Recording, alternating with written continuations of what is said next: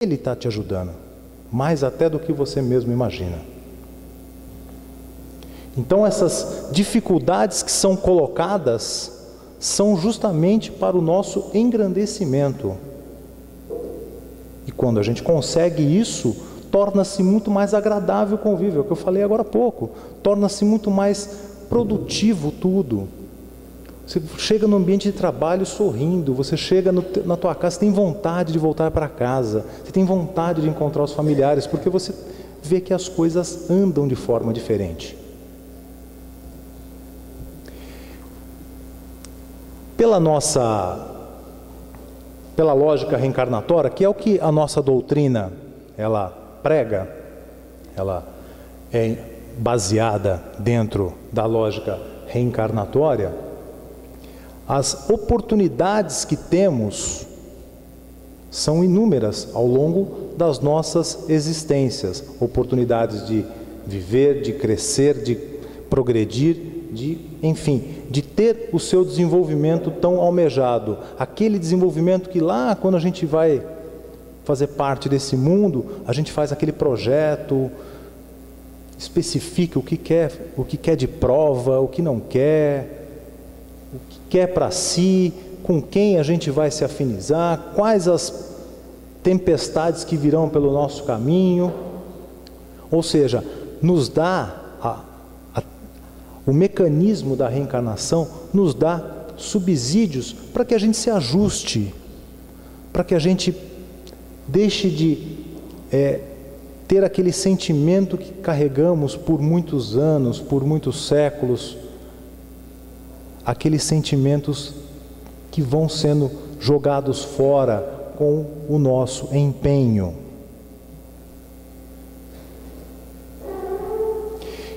Por que eu digo isso?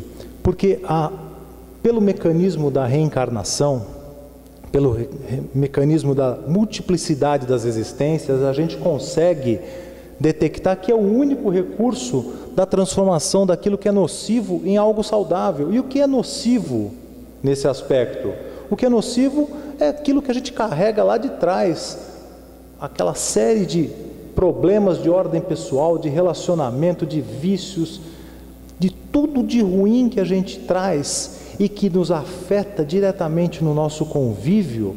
A gente tem a oportunidade, através da multiplicidade de existências, de transformar isso de nocivo em saudável. É jogar isso fora dos nossos ombros, é tirar esse peso, é trabalhar para que isso não aconteça mais, é se reconciliar com os inimigos, é se reconciliar com aqueles que vivem conosco. Então é o recurso da gente tirar esse peso enorme dos nossos ombros, que nos carrega, que nos arrasta por um grande período de tempo. Na lógica materialista, quando existem os conflitos familiares, existe uma outra forma de pensar, né? Tudo vai ser fruto do acaso. Se ele tem uma família onde impera a harmonia, onde existe uma condição econômica saudável, onde existe uma condição de saúde boa para todos, onde, enfim, existe um lar estruturado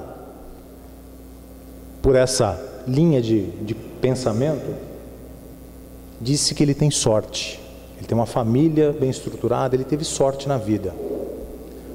Já ao passo que, se é exatamente tudo ao contrário, ele infelizmente tem uma situação muito ruim de vida, ele tem azar. Obviamente, não vai fazer juízo de valor se isso se pensar dessa forma é certo ou errado. Nós cremos na teoria da reencarnação, nos mecanismos da reencarnação, e sabemos que não existe sorte ou azar ou acaso nessas situações. Mas, acima de qualquer coisa, temos que respeitar aqueles que creem que essa lógica é a lógica correta. Acho que é extremamente importante. Nós não concordamos com isso, sabemos que, pela nossa literatura, pelo aquilo que estudamos, que as coisas acontecem de uma outra forma, não acontecem na base da sorte, não acontecem na base do azar ou do acaso, mas sim pela responsabilização de tudo, né? E temos que respeitar aqueles que pensam, que creem dessa forma, tá? É importante que cada um respeite a liberdade de conduta, de pensamento de todos aqueles que divergem da gente, né? Então não vamos fazer juízo de valor se é certo ou se é errado, pensar assim. E aí a gente vai pensando qual que seria então a origem desses conflitos familiares. Aonde que eles se originam? Quando eu comecei a nossa conversa, eu perguntei, a primeira pergunta era: se os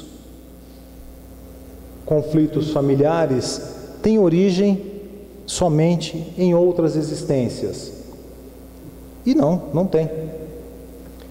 Então, se não tem origem em outra existência, por que então que a gente tem conflito familiar quando não tem nenhum tipo de reconciliação a ser feita com um ente querido nosso, um familiar que ali se encontra em necessidade de ser ajudado? Muitas vezes ele vem reencarnar dentro da sua família para que, com o exemplo que existe na sua família, com a atitude de todos aqueles que ali estão, com a forma de conduzir as suas vidas, ele utilize tudo aquilo, carregue aquilo consigo e consiga, a partir daí, traçar destinos diferentes. Mas não é só o filho problemático que vem a um lar ajustado. Pode ser o contrário, pode ser um lar desajustado em que vem um filho para ajustar, que não tinha nada a ver com eles no passado, mas que está ali para contribuir com o seu conhecimento, com as suas experiências do passado, com aquilo que está lá dentro do eu dele, para que essa família possa entrar em harmonia, para que essa família possa se estabilizar. Então aí nós estamos falando daquelas situações onde não existe nenhum tipo de problema anterior com aquele indivíduo, que é uma situação. E quando existe problema anterior, quando existe uma situação onde nós carregamos ao longo das nossas existências, basicamente se deve a quê? Que é o outro caso, né? E como eu falei no início, que é a grande parte dos nossos casos de desequilíbrio familiar, de conflitos, de barbaridades que muitas vezes a gente tem visto aí ao longo desse tempo todo, né? E quando acontece isso, se deve basicamente a quê?